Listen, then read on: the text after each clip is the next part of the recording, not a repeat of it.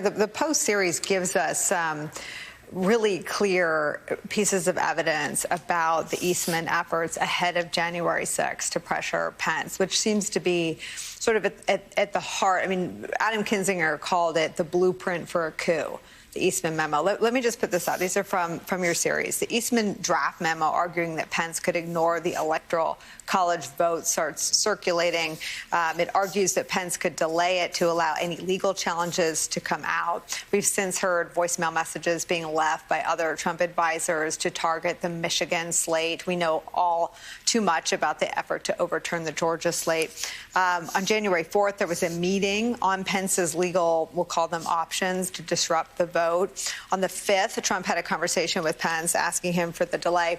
That's leading up to. This points so clearly at premeditation to do exactly what transpired on January 6th. I read your series and came away checking off how many things were successful. I mean, they succeeded in delaying the vote. And but for the revelation in your book and Carol's that Pence got to the basement and refused to leave the building, they might have pulled off the Eastman coup plot.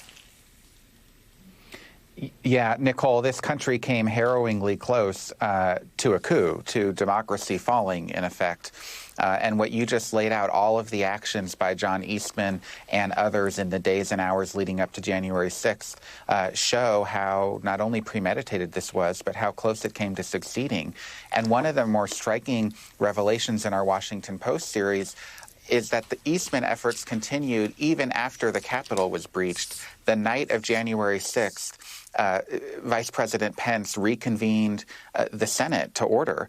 This was after 8 p.m. And at about 9 p.m., Eastman sends an email, according to our reporting, to Pence's lawyer, Greg Jacob, saying, look, the vice president should continue or should still move to not certify the electors from the state of Arizona and from some of the other key contested states. He was arguing that there was some sort of a loophole in the law that would allow the vice president to do just what Trump wanted him to do after the breach had occurred. That, of course, in the estimation of Pence's lawyers and virtually any credible constitutional expert, is bunk, bogus, BS, you name it, but it speaks to the continuation of Eastman's push to try to get Pence to do just as Trump wanted, even after all of that violence had occurred at the Capitol. Phil, I'm going to put up because the Post piece sort of separates out the pressure campaign ahead of the 6th, and then these are the other actions that took place on the 6th. Trump called him again on the 6th to pressure Pence. He made that sort of attack in the speech. Pence is either going to be good or bad, good meaning overturning the will of the voters. They talked that morning. The tweet at 2:14, as the insurrection was just really picking up steam, Trump attacks Pence. I think his evacuation by Secret Service from the office where he was waiting to certify the vote takes place around that time. The early afternoon, Eastman emails Pence's counsel, and then this email you're talking about at 9 p.m., the Eastman email to Pence's counsel urging that Pence not certify the results then. What's amazing is that by 9 p.m., it was clear how much danger the whole Pence family was in. Has Eastman said anything since, seeing, with his own eyes, how harrowing the Pence family escape was from where they were in the Capitol? Phil?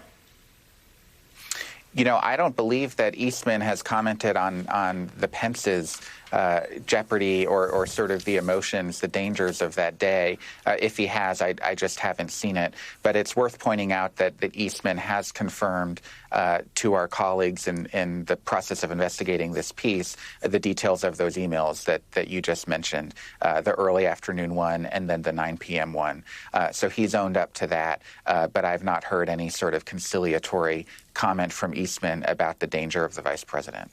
And just to stipulate, and I think Carol makes the perfect point, that Mike Pence was no, straight-talking sort of truth-to-power figure during the 4 years. He nodded dutifully through the abdication of responsibility during COVID, through good people on both sides, through people being from bleep hole countries, and on and on and on and on and on. But on the day of January 6th,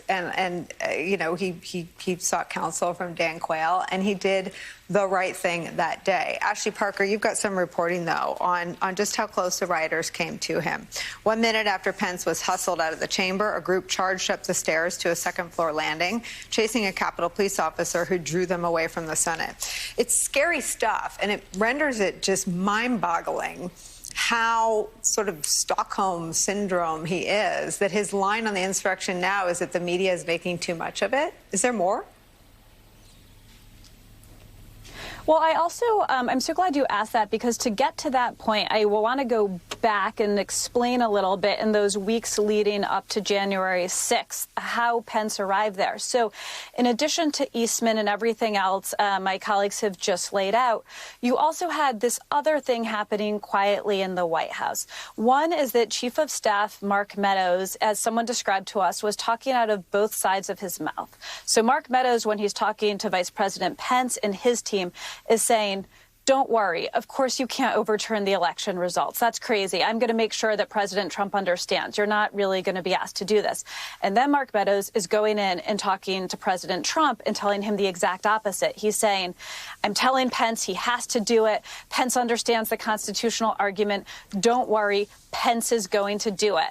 And also during that time, Pence, who, as you pointed out, has been so obsequious and so subservient to President Trump for all 4 years, is basically saying, the whole time he's saying, I don't think I have the constitutional powers to do this, but I am willing to listen to any argument you bring me. I'm willing to listen to any expert or even not expert. I'm willing to read any memo and consider any bit of this. And so if you were reporting on Pence in real time, as I and some of my colleagues were, you had a pretty good sense that on January 6th, Pence was going to certify the election results. But if you were in that White House and you're President Trump and you're having your chief of staff tell you, don't worry, Pence is going to do the quote unquote right thing, which is to overturn the election results in their minds. And you're even having a vice president who you're so used to being loyal and deferential to you, saying basically the way Trump hears it, I'm telling you, there's a chance, and you're President Trump and you believe deeply in your powers of persuasion. When January 6th occurs, what should be inevitable, that the vice president is, of course, going to certify the fair and accurate results of a free election, it becomes this big reveal and this big scandal. So when Pence releases his letter, the crowd is there, they're angry, and they sort of believe President Trump that Pence might actually overturn the results. So this then ripples through the crowd. There's a murmur, and that just adds to the fuel and fury as they march on the Capitol. And getting back to your original question, are shouting, hang Mike Pence, are searching for him as they come within just 60 seconds of him being whisked off the floor to his hideaway, where he could have been in full view. We've seen those videos of those rioters racing up the stairs. So he very narrowly averted a close call. But to understand it, I think you have to start back to see how we got there. Well, and to your point, Ashley, Trump says about Pence on the ellipse, if he does the right thing, we win. He's going to have to come through for us. If he doesn't, it'll be a sad, sad day. Here's what he said about joining the rioters whose mission statement was to hang Mike Pence. We're going to walk down, and I'll be there with you. We're going to walk down.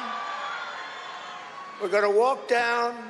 Anyone you want, but I think right here, we're going to walk down to the Capitol. We fight like hell. And if you don't fight like hell, you're not going to have a country anymore. Actually, Trump makes abundantly clear he's going to walk with them, and they wanted to hang Mike Pence. I mean, he puts himself squarely on the side of the insurrectionists who wanted to kill his vice president.